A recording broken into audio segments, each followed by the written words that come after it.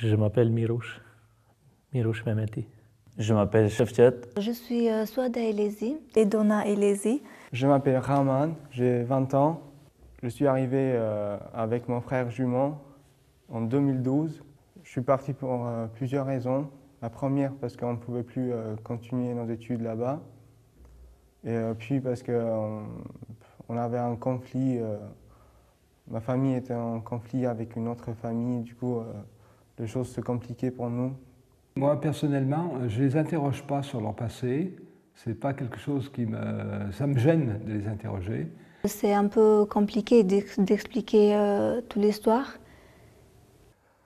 En fait, même si je restais en Albanie, même si je finissais l'école ou le lycée, en fait, si je finissais même avec les moyens 20 sur 20 ou je sais pas, 19 sur 20 par exemple, à la fin, j'aurais rien gagné.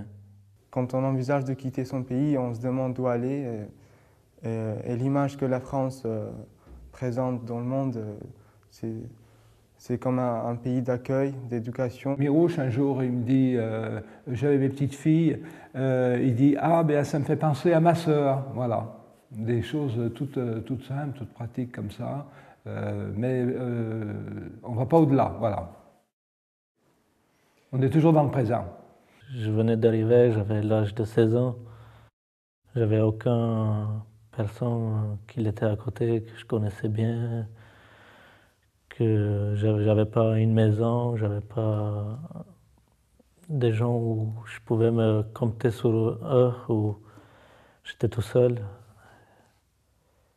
Il fallait prendre bien la langue, parce que même pour manger, il faut bien. Et j'étais dans un hôtel pendant 4-5 mois. Comme je n'étais pas encore à l'école, c'est tout le temps fermé. On a habité dans un hôtel pendant 2 mois et ensuite on était hébergés dans le foyer. On ne parlait pas du tout français. C'était une langue qu'on peut dire qu'en Albanie, je trouvais pas beau comme langue parce qu'elle était trop dure, comme même l'accent. Dès qu'on a commencé à apprendre le français, et ben en fait moi ça m'est rentré dans mon cœur en fait. C'était comme si c'est quelque chose. En fait j'aimais beaucoup parler français. Du coup je parlais de plus en plus avec les gens, tout ça, et ça nous a plu de plus en plus en fait. C'était une classe spéciale pour apprendre la langue française. Il y avait des cours en français et on faisait les maths. Je suis étudiant au lycée Benoît Fonero en première bac pro, constructeur bois. Avant, j'étais en CAP ébéniste, 2 ans, et à la fin, je l'ai réussi. Je suis en prépa maths. J'ai fait mes études au lycée Honoré Durfé. Je suis en terminale ST2S. C'est un domaine paramédical, c'est-à-dire ça concerne la santé et le social. On peut en devenir éducatrice, infirmière. Ça fait 2 ans que je suis à Andrézieux, au lycée Pierre de Grange, pour apprendre le métier froid et climatisation. Par rapport à la langue française, justement, où l'épreuve de français en BEP porte sur des textes parfois très littéraires, et donc Mirouche, qui malgré tout est en France depuis peu, eh bien, a ce souci de toujours se perfectionner, de poser des questions. Pourquoi là ça se dit pas comme ça? Un bon souvenir qu'on a eu avec lui, c'est lorsqu'on l'a présenté aux Olympiades des métiers. Donc, il a fait les régionales et il s'est bien battu, hein, parce qu'il est en première bac seulement. Et il a fait aussi bien que les 2 BTS qui sont arrivés premier et deuxième. Hein. Donc effectivement, il a fait du bon travail qui a été félicité même par nos collègues des autres établissements. C'est lui qui a fait le prototype. Et donc il est dans l'atelier, hein, et on prévoit même de le brancher sur une machine frigorifique pour que ça givre. Il cherche vraiment à atteindre parfois la perfection. Erwin est arrivé au mois de janvier en classe de seconde, et donc je l'ai accueilli dans mon bureau. Le problème, c'est qu'il ne parlait pas un mot de français. Il a fallu que je lui parle anglais pour qu'il comprenne un petit peu ce que je voulais lui dire. Mon anglais étant un petit peu approximatif, c'était assez, c'était assez surréaliste. Et donc ce garçon, je lui parlais de choses qu'il comprenait à moitié. Il avait la banane, souriant, super content d'être là. Je l'ai accompagné en classe en me disant « mais c'est n'importe quoi, il va être perdu ». D'autant plus qu'il était accueilli en plein milieu de l'année. Et vu que je suis conseiller d'éducation, il m'arrive assez fréquemment d'avoir dans les bureaux des situations d'élèves plus ou moins compliquées. Ça n'a jamais été son cas. Je l'ai même oublié, ce jeune homme. Et en fin d'année, lorsque le conseil de classe a estimé qu'il avait le niveau pour aller en première S, j'ai été le premier surpris. Et en fait, il a disparu un petit peu de la circulation par rapport à mon travail, puisque c'était un jeune sans aucune histoire. Et c'est avec surprise que j'ai appris qu'il était sous le coup, avec deux autres jeunes filles albanaises, sous le coup d'une obligation de quitter le territoire en début d'année dernière, donc au mois de novembre. En France, les jeunes étrangers qui arrivent, quelle que soit leur situation, bénéficient maintenant depuis presque 15 ans d'un droit inconditionnel à l'éducation. Quel que soit leur statut, quel que soit leur âge, il n'y a pas de souci. Il y a un devoir d'accueil absolu pour les jeunes quand ils sont mineurs, mais à leur majorité, tout bascule et les droits disparaissent. Il y a la peur qui s'installe et il y a une angoisse qu'on ne peut pas imaginer. Quand on était au foyer, on était encore mineurs. Et en fait, on avait peur d'être majeur, en fait. On savait qu'est-ce qui nous attendait, on savait que c'est une autre vie. On savait qu'après d'être majeur, il n'y aura plus personne. On avait peur d'être adulte, en fait. Ils ont reçu à ce moment-là une obligation de quitter le territoire français sous le prétexte qu'ils n'auraient manifesté aucune volonté d'intégration, ce qui était manifestement en décalage absolument invraisemblable, insupportable, insoutenable par rapport à la réalité. Il a même été en crise de panique, enfin en malaise. Il a passé la journée entière à l'infirmerie parce que le trop d'émotions l'avait mis vraiment sous tension. Les élèves sont venus me chercher. Il était étalé par terre dans la cour. J'ai reçu le QTF. En fait, j'étais nerveuse et j'ai rigolé. Je ne sais pas pourquoi. J'avais l'impression de deux petits moineaux effarouchés qui longeaient les murs et qui n'osaient absolument pas s'adresser à leurs camarades, qui se faisaient tout petits et qui n'avaient, pour eux, le seul objectif, c'était de réussir leurs études, de travailler, et c'était leur survie. Là où vraiment j'ai commencé à comprendre que les choses se compliquaient pour elles l'année passée, c'est lorsqu'elles ont perdu leur sourire, lorsqu'elles sont arrivées en cours plusieurs fois, les larmes aux yeux, soutenues par des camarades. Les lycées se sont mobilisés, les lycéens ont commencé à faire des rassemblements.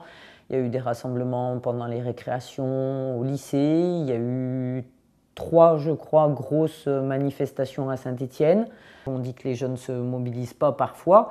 Et là, je les ai vus concrètement bouger, tenir jusqu'à ce que ce soit une victoire. Et c'est vrai que moi, en tant que citoyenne, ça m'était intolérable de laisser ces deux adolescents lycéens qui étaient complètement isolés de leur famille, qui avaient cru au miracle de l'accueil français, et qui tout d'un coup se retrouvaient complètement démunis et sans rien.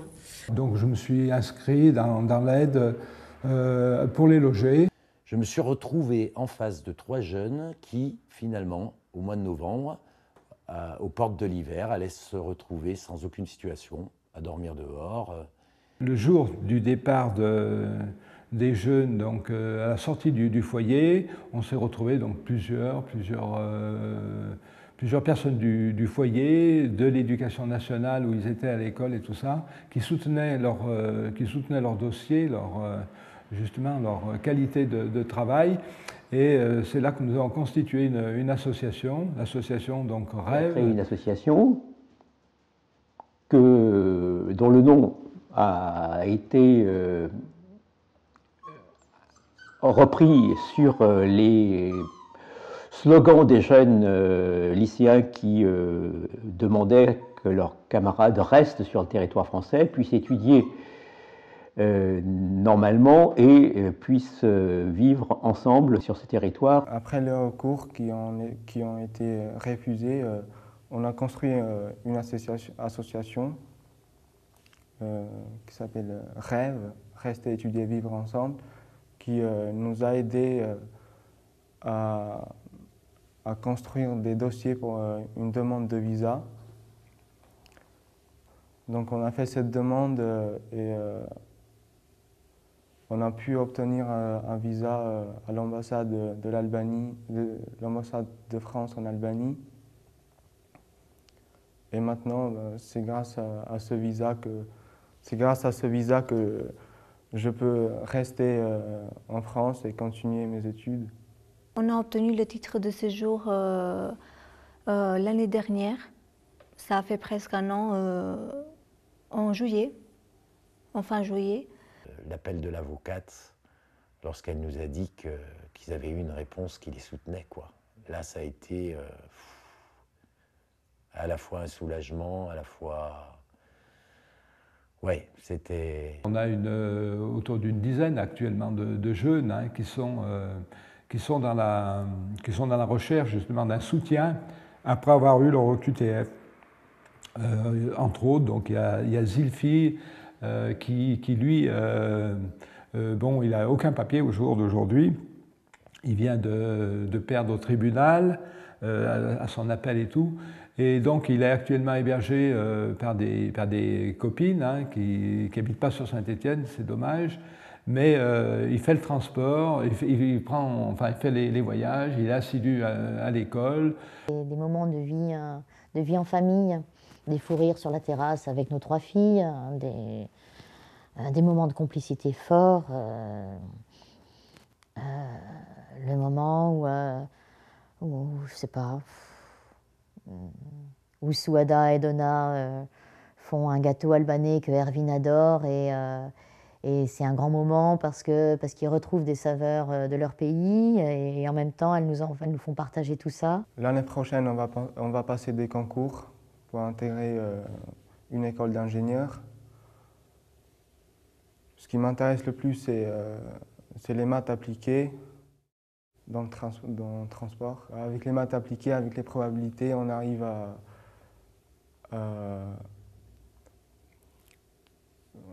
faire en sorte qu'il n'y ait plus de retard de bus ou de train. Erwin, découverte du camembert. Il n'avait jamais mangé de camembert. Xavier est fanatique de camembert. Et donc, il a été initié par Xavier à la dégustation du camembert. Et à la fin, j'ai acheté des camemberts pour Xavier et pour Erwin. Une fois qu'on aura notre bac, je voudrais partir dans le BTS IMRT, manipulatrice en radiologie, parce que j'aimais bien le lien des machines de radio en fait avec les patients. Il y a un lien en fait social et médical à la fois.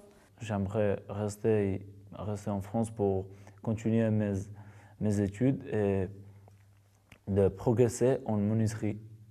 J'ai des copains, j'ai des amis, j'ai des copains de travail.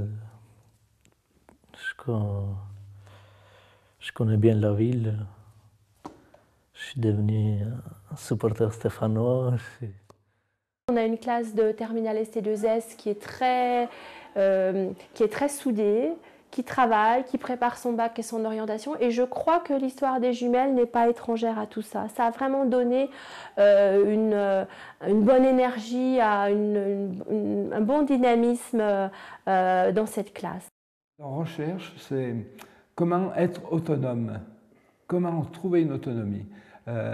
Donc Mirouche, vraiment, il s'est battu pour avoir ces 2 mois de travail sur la Côte d'Azur, là, dans un camping. Pour lui, c'était quelque chose d'extraordinaire, pouvoir payer, faire un cadeau au retour, pouvoir s'habiller sans rien demander. Pour eux, c'est très important. J'aime bien travailler avec le bois et j'aimerais construire des meubles des meubles qu'on n'a jamais vus. Ça fait maintenant 4 ans et demi qu'on vit ici, en France. Et bien sûr que je veux rester, je veux continuer mes études ici. Et puis travailler, créer une famille et vieillir ici.